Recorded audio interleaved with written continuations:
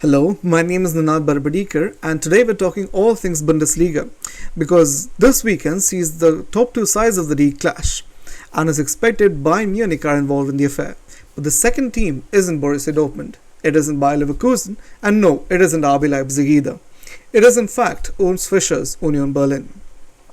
But how are they in second place so early on in the season, and how has Urs Fischer guided them to prominence? Let's find out.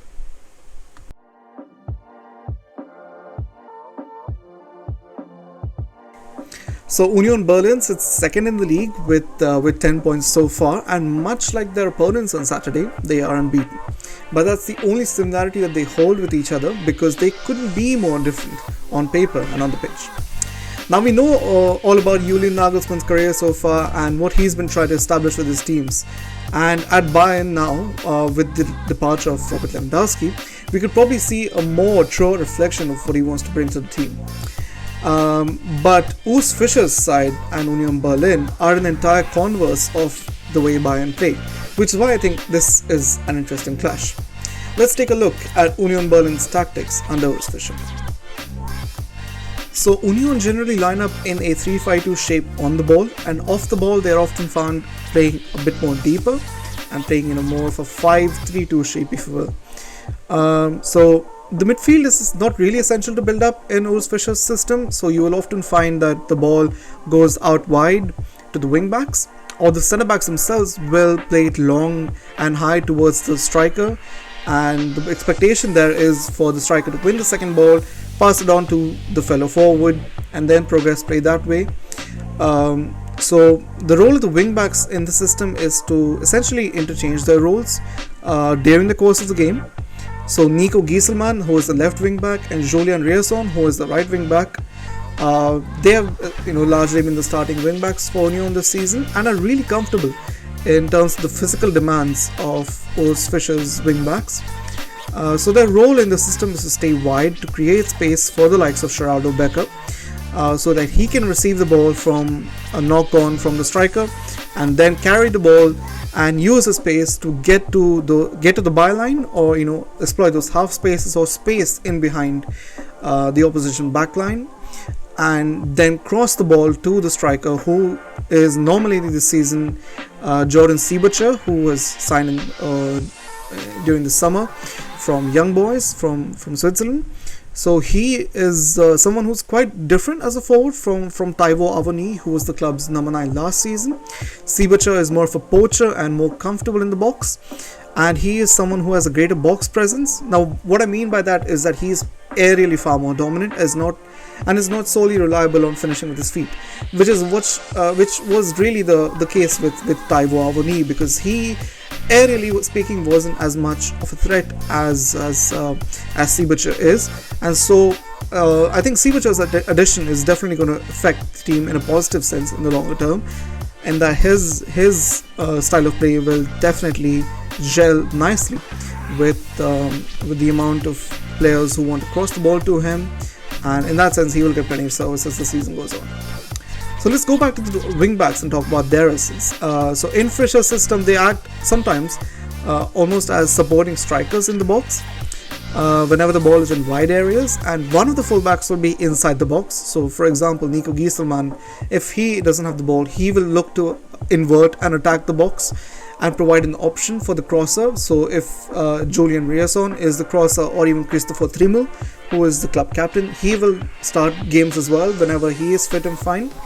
So either of them will try to cross the ball from deeper areas and try to stretch and try to push the opposition backline deeper into their box, so that there is more space for Union to win those aerial duels inside the box and generate advantages and attacking opportunities that way. And so now that we've spoken a little bit about the on-pitch stuff, let's take a quick dive into the numbers and see whether Union Berlin's status as the second best team in the league is really sustainable in the longer term. Now so far, Bayern have scored 15 goals in the league, and Union are just behind them with 11 goals scored. Now what's worth noting about these goals is that all 11 of them have come from an XG of just 3.30. That's right, 3.30. and 8 of those have been open play goals, which have come from an XG of 3.12, and 3 of those have come from a set piece XG of 0.18. Sounds a bit bonkers, doesn't it? So it's clear that Union have been lucky to convert the chances that they have done so far, and it's not really sustainable for them to do so over the course of a season, and this performance is definitely not going to replicate itself for Urs Fischer over the course of the season. So anyone who's expecting them to make a jump into those Champions League places is jumping the gun at the very least. So, and it's easy to forget that this is a club whose sole aim is still to remain in the Bundesliga. So no doubt their achievements are impressive, but on the pitch they are still a team who's relatively simple, who want to play counter-attacking football and extract the best that they can from the chances that they get. Now, we've spoken a little bit about how Union are a very direct team, and we've spoken about their XG numbers, which is relatively a very short sample size so far, so any conclusions drawn from it are short-sighted at best. So let's take a look at their stylistic numbers, which we have access to thanks to the analyst. Now, if we look at some of the data that they have, we can see that Union have the second shortest sequence time in the league, only lesser than newly promoted Schalke, who are on 6.25 seconds. Now, in basic terms, a sequence is any passage of play that comes to an end by defensive action, stoppages in play, or a shot. But when you look at this team style comparison graph that you can see in front of you now, Union are closer to the subset of teams that are fast and direct, and that's likely where they will be come the end of the season as well. Now, perhaps the most telling start of all is when you look at high turnovers in the league. Now, high turnovers are essentially open play sequences that begin 40 meters or less from the opposition goal. Now, Union have only had 19 high turnovers in the league, which is the fewest number so far this season, and they aren't particularly keen on pressing high either, averaging a PPDA of just 16, which is the 4th highest in the league. Now, PPDA is essentially passes allowed per defensive action, and the rule of thumb with PPDA is that the higher the number is, the less intensely you press.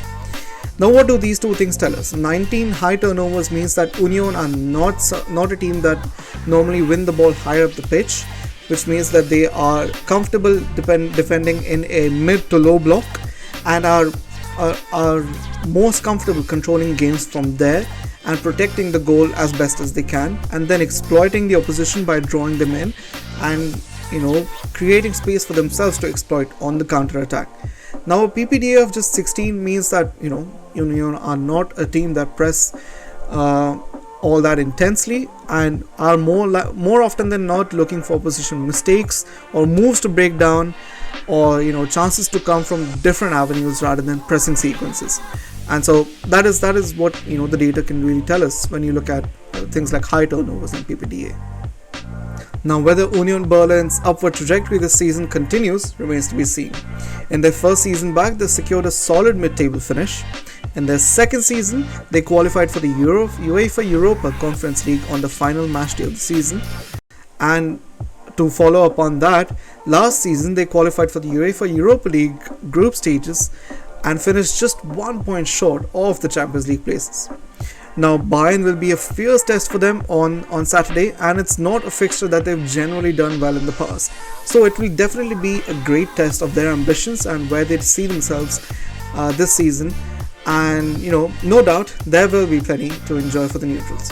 Hope you've enjoyed this video, and subscribe for more. I hope to produce a lot more content like this for you guys. So stay tuned, see you around.